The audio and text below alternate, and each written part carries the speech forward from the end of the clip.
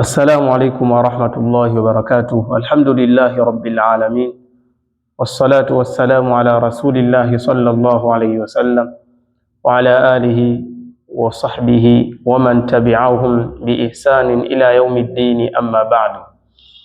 أما بعد kumshukuru Allah subhanahu wa ta'ala na kumtakia rahma mtume wetu Muhammad sallallahu alaihi wasallam.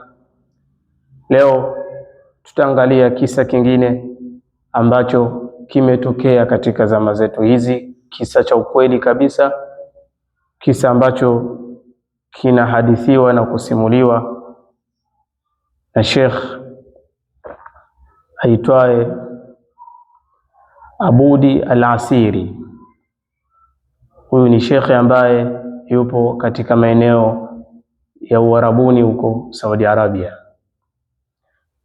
na shekhe anasema kuwa hili limetokea katika eneo lake analoishi, sehemu yake anayoishi, tukio hili ndipo lilipotokea. Anasema Sheikh Abudi Al-Asiri, katika sehemu yao au nchi yao ya Saudi Arabia kulitokea na new project,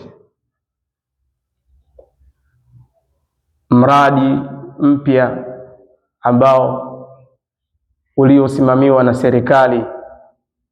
Mradi wenyewe ni mradi wa kuboresha au kutengeneza miundombinu ya barabara kubwa zile, kutanua barabara.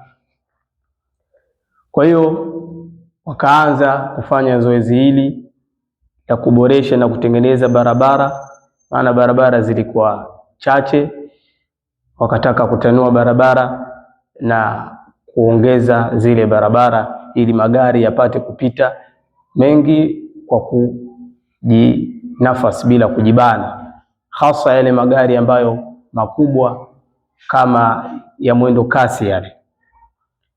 Wakiwa wanaendelea katika zoezi lao hili la kutanua na kujenga barabara, wakafika sehemu ambayo inayoitwa Shamrani. Walipofika katika hili eneo la Shamrani, wakakuta katika ile njia ambayo wanaoendelea nayo kuiboresha na kuiongeza, wakakuta kuna sehemu ya makaburi. Na kama tunavyojua, dini ya Kiislamu au Uislamu kwa ujumla ni dini ambayo inaheshimu kila kitu, hata makaburi pia yanaheshimiwa. Hauwezi kujenga katika kaburi, juu ya kaburi la mtu, au mtu pia kukanyaga lile kaburi, si katika mila au taratibu za Kiislamu. Kwa hiyo walipofika pale wakastop kwanza, kisha wale wanaoshughulikia lile jambo wakaenda katika mahakama kwenda kulieleza hili. Kisha lilipofikishwa katika mahakama wakalipeleka lile swala katika hayati kibari ulama, katika jopo la maulama wakubwa ambao bobezi katika dini hii ya Kiislamu, ili wapate kulitolewa fatwa hili jambo. Lilivyopelekwa kule, mashallah, wakaliangalia lile jambo kwa undani, lakini pia wakaangalia maslahi ya watu kwa ujumla. Wakaona watoe fatwa, wakapitisha kuwa hakuna shida wakijenga katika ile eneo, lakini cha kufanyika wale watu waliokufa pale, mifupa yao na vilivyomo vihamishwe, vipelekwe katika sehemu nyingine za makaburi. Kwa hiyo likafanyika hilo, wakatoka lile kundi wakishirikiana na manispaa ya eneo husika ambalo la hapo Shamran, wakaanza hiyo prosesi ya kwanza kuchimba na kufukua vile vilivyomo na vilivyobakia katika masalia ya wale waliozikwa pale. Wakawa wanachimba, wanatoa vitu, wanaweka katika maboksi katika sehemu mbalimbali. Na uzuri ni kwamba ile sehemu mwisho wa kuzikwa mtu wa mwisho pale ni miaka 30 iliyopita.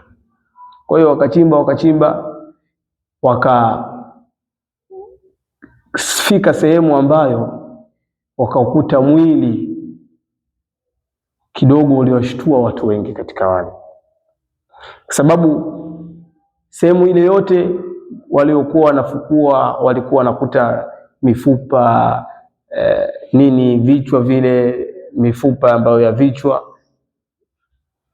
Lakini katika hili kaburi ambalo wamelifikia, kila mmoja alistaajabu, kila mmoja alishangazwa na lile kaburi, na wakaanza kupiga takbira, Allahu akbar, subhanallah, mpaka wale ambao walikuwa pembeni nao wakaja pale kushangaa nini lililotokea pale, jambo gani limetokea. Wakaja wakakuta sanda, na kama tulivyosema hapo nyuma kwa pale mtu wa mwisho kuzikwa ni miaka 30 iliyopita. Kwa hiyo sanda imekutwa ipo vile vile nyeupe. Baada ya hapo wakafungua kuangalia mwili, wakaukuta mwili uko vile vile una maji yaliyotoka kuoshewa hiyo miaka 30 iliyopita. Kwa hiyo wakastaajabu sana walichokifanya. Wakauliza wale watu wa karibu wa pale, bwana huyu mnamfahamu? Wakasema naam, tunamfahamu, baba yake ni mtu fulani, anakaa sehemu fulani, ni pale pale jirani. Kwa hiyo wakatoa yule maiti pale. Kijana alikuwa ni kijana mdogo tu wa makamu. Kisha wakampeleka mpaka kwa baba yake. Walipofika pale wakamwambia, wakafunga mlango, akatoka mzee. Mzee alivyotoka akasema, nini tena, kuna nini? Akamwambia, bwana, hapa kuna huyu maiti. Akamfungua, akamuona mwanae, akasema, nimekumisi sana, ni miaka mingi, lakini naona Allah subhanahu wa ta'ala amenijibu ombi lako, ameniletea tena wewe kwa mara ya pili nikuone mwanangu kipenzi. Akambusu pale, akawa huko na furaha iliyokuwa si ya kifani. Baada ya pale watu wakamfunika yule maiti, kisha wakamwambia mzee, acha twende tukamzike sehemu nyingine, maana kama unavyojua tunafanya ukarabati wa barabara. Mzee akasema hakuna shida. Wakamchukua yule maiti kijana, wakapeleka sehemu nyingine na kwenda kumstiri huko. Kisha baadhi ya watu katika lile eneo ambao walishuhudia lile tukio wakakusanyika na mashekhe mbalimbali, wakaenda mpaka kwa yule mzee kwenda kumuuliza ni jambo gani ambalo mwanaye alikuwa akilifanya enzi za uhai wake, jambo ambalo lililosababisha awe katika hali nzuri kama ile ya ajabu. Wakafika mpaka pale, wakagonga mlango na kuanza kumuuliza mzee. Mzee akawa anaanza kuhadithia na kuambia hakuna alilolifanya isipokuwa huyu kijana, wallahi na hapa kwa Allah, swala aliipa kipaumbele kwenye maisha yake. Ilifikia hatua mimi pindi nikienda kumwamsha katika ile swala ya alfajiri ya asubuhi, swala ngumu, basi huyu kijana namkuta kashaamka, na mara nyingine namkuta kashafika msikitini kabisa, yuko safu ya kwanza kabisa anangojea swala, au wakati mwingine anangojea iqama ile ya kuimiwa swala ili watu waswali. Kwa hiyo swala ndiyo kitu ambacho alichukua anakipa kipaumbele kwenye maisha yake. Alikuwa anapenda sana kuswali, tena alikuwa yupo katika wale watu wa mbele wa mwanzo kabisa katika kuiendea swala. Kwa hiyo hili ndilo jambo ambalo limemfanya awe katika hali kama hiyo ambayo mmeiona. Mashaallah, tangu utotoni mwake mpaka kufikia katika ujana wake, hiyo hali aliyodumu naye sijawahi kumuona akikosa swala kizembe. Kwa hiyo ndugu zangu wapenzi wafuatiliaji wa hivi vipindi vya watu waliokufa na visa vyao na mikasa yao mbalimbali tofauti,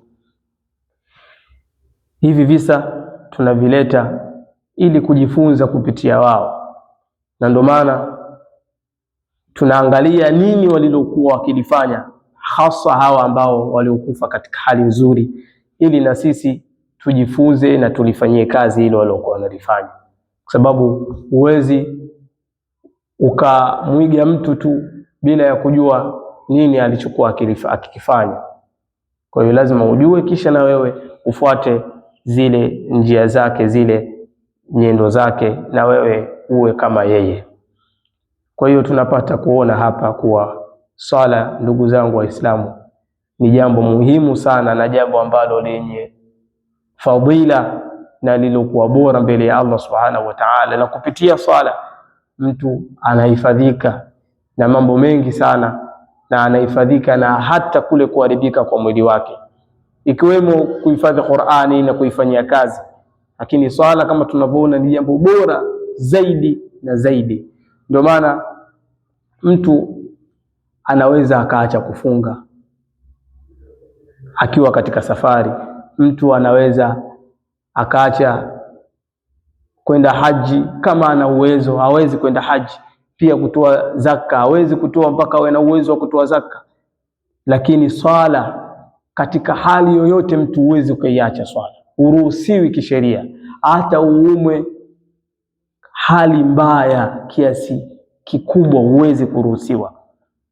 Kwa maana baadhi ya ulama wakaeleza mtu hata umefikia hatua unaumwa, unajiarishia, unajifanyia kila kitu hapo hapo, na hakuna mtu yoyote wa kutawadhisha au kufanyia usafi ili uendee swala, wanasema utaswali katika hali yako hiyo hiyo, utaswali katika hali yako hiyo hiyo. Kwa hiyo swala ni jambo muhimu sana. Kwa hiyo tunahusiana tusiidharau swala na tuipe kipaumbele kwenye maisha yetu. Ila huna yakfi. Alkamalu lillahi wahda wal afwa minkum. Wassalamu alaykum wa rahmatullahi wa barakatuh.